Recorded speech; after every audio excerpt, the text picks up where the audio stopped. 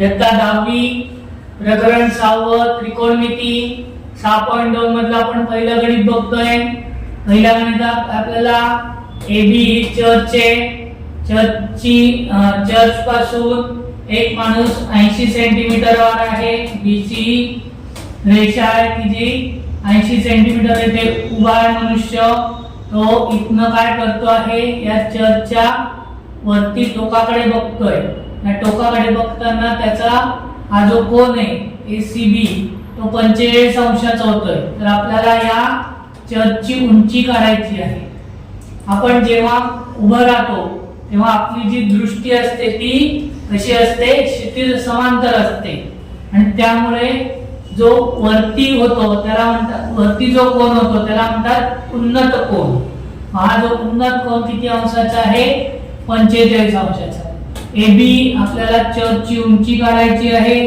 BC त्या मनुष्याचं अंतर दिलेलं आहे 80 मीटर चर्च पासूनचं आणि उन्नत कोन थीटा बरोबर दिलाय 45 अंश। मग आपल्याला समोरची बाजू काढायची आहे, लगतची बाजू दिलेली आहे। मग हे सूत्र कुठल्या याच्यामध्ये येतं, तर ते येतं टॅन थीटा मध्ये। म्हणून आपण टॅन थीटा बरोबर समोरची बाजू छेद लगतची बाजू।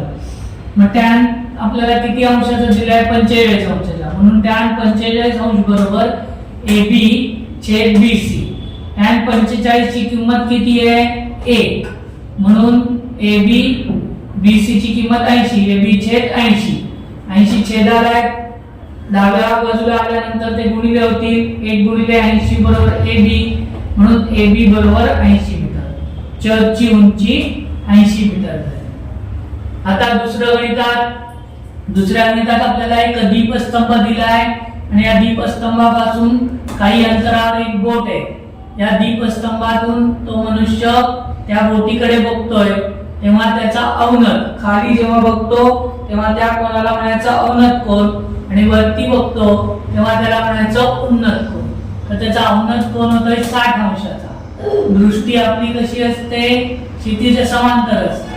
मग या ठिकाणी आपण AB हा आहे दीपस्तंभ, त्याची उंची दिली आहे 90 मीटर।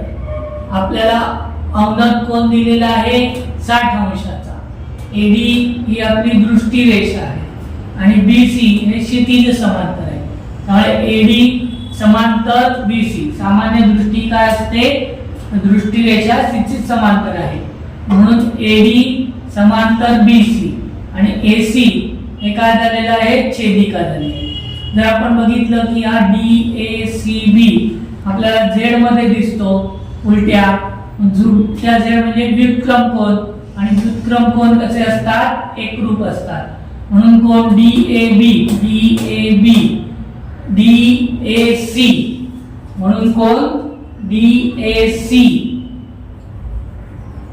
एकरूप कोन ACB, कोन DAC एकरूप कोन ACB हे काय आहे, व्युत्क्रम कोन आहे आणि व्युत्क्रम कोन एकरूप असतात। म्हणून कोन ACB बरोबर 60 अंश। दीपगृहाची उंची AB बरोबर 90 मीटर। दीपगृहापासून ओढीचं अंतर ते आपल्याला काढायचं आहे। परत आपल्याला काय दिलेलं आहे, समोरची बाजू दिलेली आहे आणि लगतची बाजू काढायची आहे। म्हणून आपण इथे परत टॅन थीटाच वापरणार।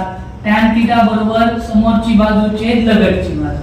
मग टॅन 60 बरोबर 60 अंश बरोबर AB छेद BC। टॅन 60 ची किंमत आहे वर्गमुळात 3। आपल्याला वर्गमुळात 3 ची किंमत दिलेली आहे। टॅन 60 ची किंमत आहे वर्गमुळात 3। AB ची किंमत आहे 90 छेद BC। BC वर्गमुळात 3 च्या जागी येणार वर्गमुळात 3 छेदाला येणार। म्हणून BC बरोबर 90 छेद वर्गमुळात 3। मग BC बरोबर आहे वर्गमुळात 3 घालवण्यासाठी आपण अंशाला आणि छेदाला वर्गमुळात 3 ने गुणणार।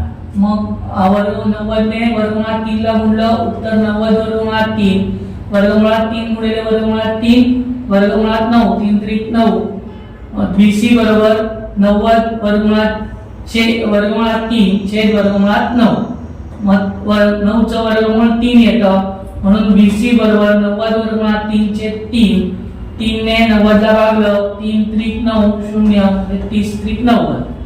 30 गुणिले वर्गमुळात 3 ची किंमत दिली आहे की 1.73 BC बरोबर आता 30 ने आपण याला गुणणार, पहिले शून्य लिहून टाकायचं, 3 त्रिक 9, 2 स्थानानंतर दशांश चिन्ह म्हणून दशांश चिन्ह, 3 7 21, 7 2, 3 1 3 आणि 2 5, BC बरोबर 51.90 मीटर.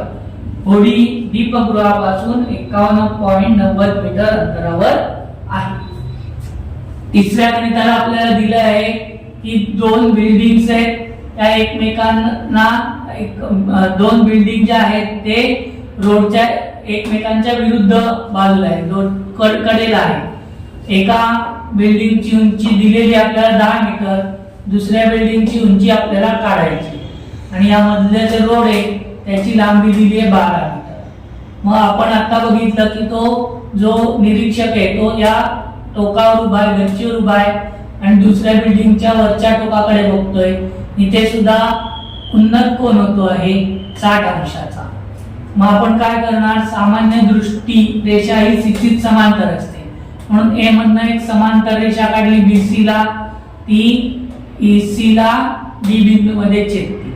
तसंच दोन्ही इमारती सुद्धा एकमेकांना समांतर आहेत म्हणून AB समांतर BC.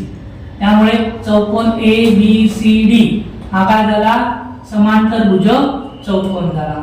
समांतर भुज चौकोनाच्या समोरासमोरील बाजू एकरूप असतात म्हणून AB एकरूप DC, AB एकरूप DC, समांतर भुज चौकोनाच्या सम्मुख बाजू म्हणून DC बरोबर 10 मीटर. तसंच AD समांतर BC किंवा BC समान एकरूप AD, BC एकरूप AD, समांतर भुज चौकोनाच्या सम्मुख बाजू म्हणून AD बरोबर 12 मीटर. टॅन थीटा इथे आता परत आपल्याला ही काय लगतची बाजू दिली आहे, पहिल्यांदा आपल्याला ED काढावा लागेल. मग ED साठी काय करावं लागेल तर समोरची बाजू आणि लगतची बाजू म्हणजे परत टॅन थीटा बरोबर काय आहे, समोरची बाजू छेद लगतची बाजू. टॅन 60 बरोबर काय येणार, समोरची बाजू ED, लगतची बाजू AD. टॅन थीटाची किंमत वर्गमुळात 3, ED दिलेले नाहीये, AD दिलेली आहे 12, हे 12 डाव्या बाजूला आल्यानंतर गुणिले होणार, त्यामुळे म्हणून 12 वर्गमुळात 3 बरोबर ED. आपल्याला CE ही पूर्ण उंची काढायची आहे. मग CE काढताना काय करणार, CD अधिक DE करणार म्हणून CE बरोबर CD अधिक DE म्हणून CE बरोबर CD किती आहे 10 मीटर अधिक DE किती आहे 12 वर्गमुळात 3.